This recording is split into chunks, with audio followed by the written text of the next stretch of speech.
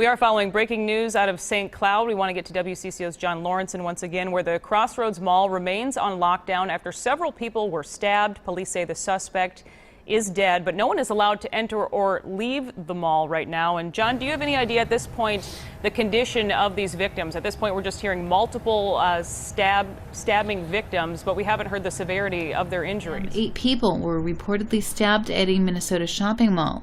According to St. Cloud Police Chief Blair Anderson, the man reportedly mentioned Allah, questioning at least one victim before he carried out the vicious crime. It's an awful day. Honestly, we've got 8 victims that were assaulted here in our mall. The stabbing took place at the Crossroads Center in St. Cloud, Minnesota, which is about 60 miles northwest of Minneapolis. That individual made some references to Allah, and we have confirmed that he asked at least one person if they were Muslim before he assaulted them.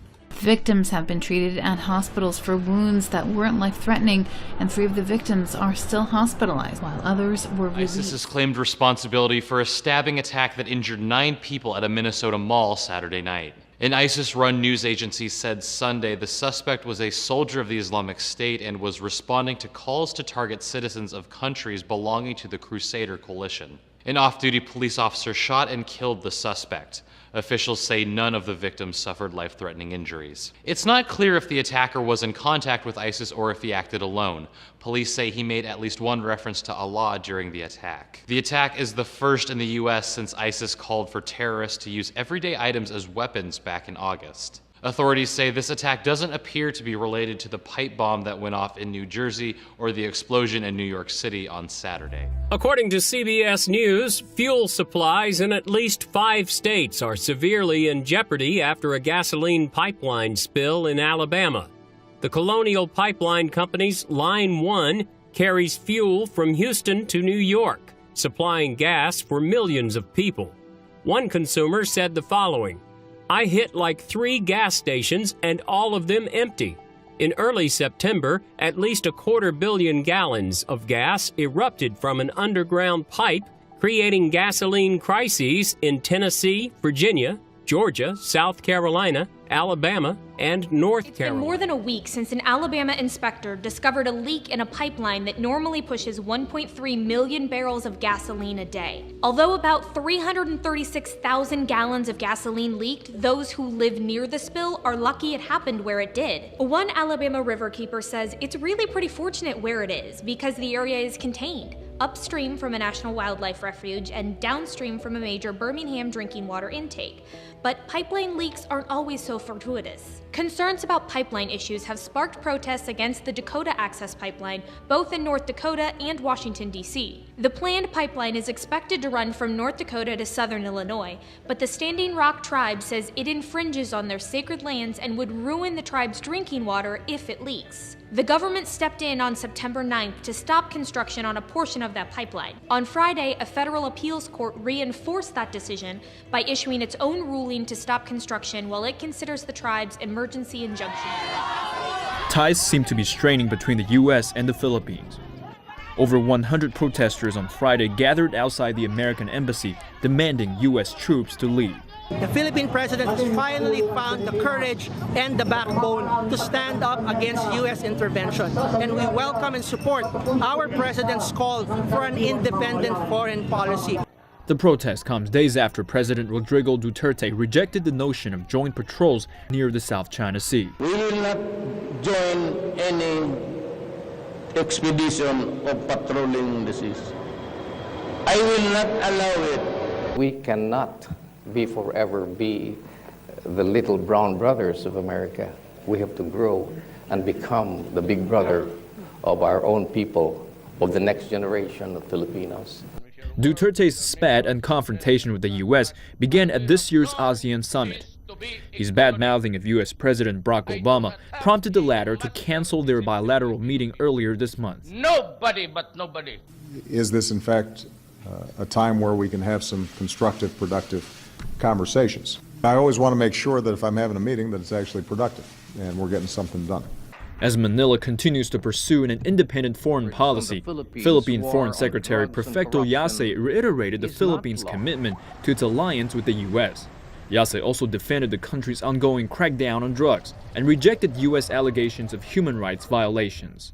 Jin Chao, CCTV. Scientists are puzzled over the unusually high number of dead horseshoe crabs that have washed ashore this year at a tidal flat in Kita-Kyushu in southern Japan. According to the Asahi Shimbun, some 490 dead horseshoe crabs, 8 times more than usual, have been observed at the Sonhagata tidal flat, one of the largest habitats of the living fossils in Japan. It's already the highest number of dead horseshoe crabs in the past 20 years. Rises in the sea level caused by global warming, shortages of places to lay eggs and a lack of nutrition could have resulted in their deaths. Hiroko Koike, a researcher from Kyushu University Museum, told the Asahi Shimbun, "We have to be careful to identify the cause." The crab is designated an endangered species in Japan, where its population has shrunk as its coastal habitat has been destroyed. Scientists at UC Berkeley are working on a tiny new sensor that could revolutionize healthcare from the inside out. Only on 5 tonight. Sharon Chin shows us the Fitbit of the future. Tiny as a grain of sand, Michelle Maharbis says it's a sensor which could one day be planted in your body to wirelessly record information about your nervous system in real time. From the outside, you send in an ultrasonic wave. That ultrasonic wave reflects back from the implant, and when it does so, there's information encoded in the reflection that tells you how the neuron or the muscle or the general nerve is firing. The professor developed the neurosensor with researchers at UC Berkeley's Electrical Engineering and Computer Science department. The device doesn't need batteries. The ultrasound wave hits the square crystal, producing electrical power for the circuit, which then takes in the information. Michelle says the sensor could track and even treat a variety of medical conditions.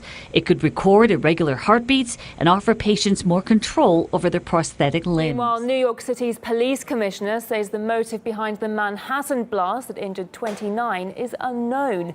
Earlier, the governor of New York branded the blast an act of terror. However, he added that no links to international groups had been found at this stage of the investigation. All of the injured have already been released from hospital.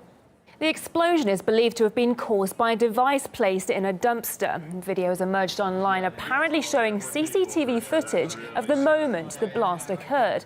We cannot verify the video's authenticity, but it purports to show the exact moment of the explosion and the reaction of bystanders as they hear the blast go off.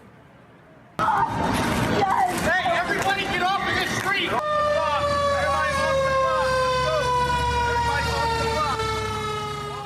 Well, the blast took place in the neighborhood of Chelsea, close to the Flatiron Building and Madison Square Park. It blew off the lower windows of a nearby residence for the blind. Several buildings in the area were evacuated. A photo appeared online showing a dumpster where allegedly the improvised device could have been placed. Just a few blocks from the Manhattan explosion, bomb disposal units also removed a second potential explosive device. It appears it was a pressure cooker with wires attached to it. However, the police have so far not provided any details about the device. A cooker bomb was also used in one of the last major bombings on U.S. soil. September the 19th, the Arch of Triumph, it's sometimes known as, sometimes it's called the Arch of Victory. It is the archway that was for the temple Baal or Baal to stand in New York City. This is not good, folks. Despite initially canceling the plans to erect the reproduction of the Arch of Triumph that stood for 1,800 years in front of the temple of Baal in Palmyra, Syria, the Institute of Digital Archaeology has announced they will recreate the arch destroyed by ISIS, and they're going to recreate it in New York City.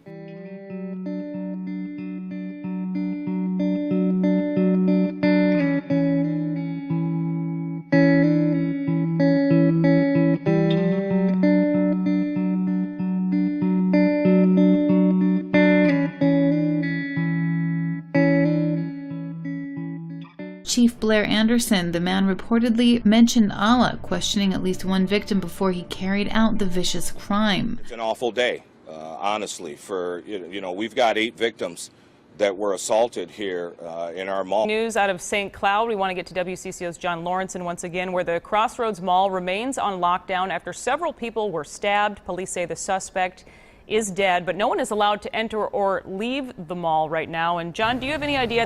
The stabbing took place at the Crossroads Center in St. Cloud, Minnesota, which is about 60 miles northwest of Minneapolis. That individual made some references to Allah, and we have confirmed that he asked at least. At this point, the condition of these victims. At this point, we're just hearing multiple stabbing victims, but we haven't heard the severity of their injuries. 8 people were reportedly stabbed at a Minnesota shopping mall, according to St. Cloud police.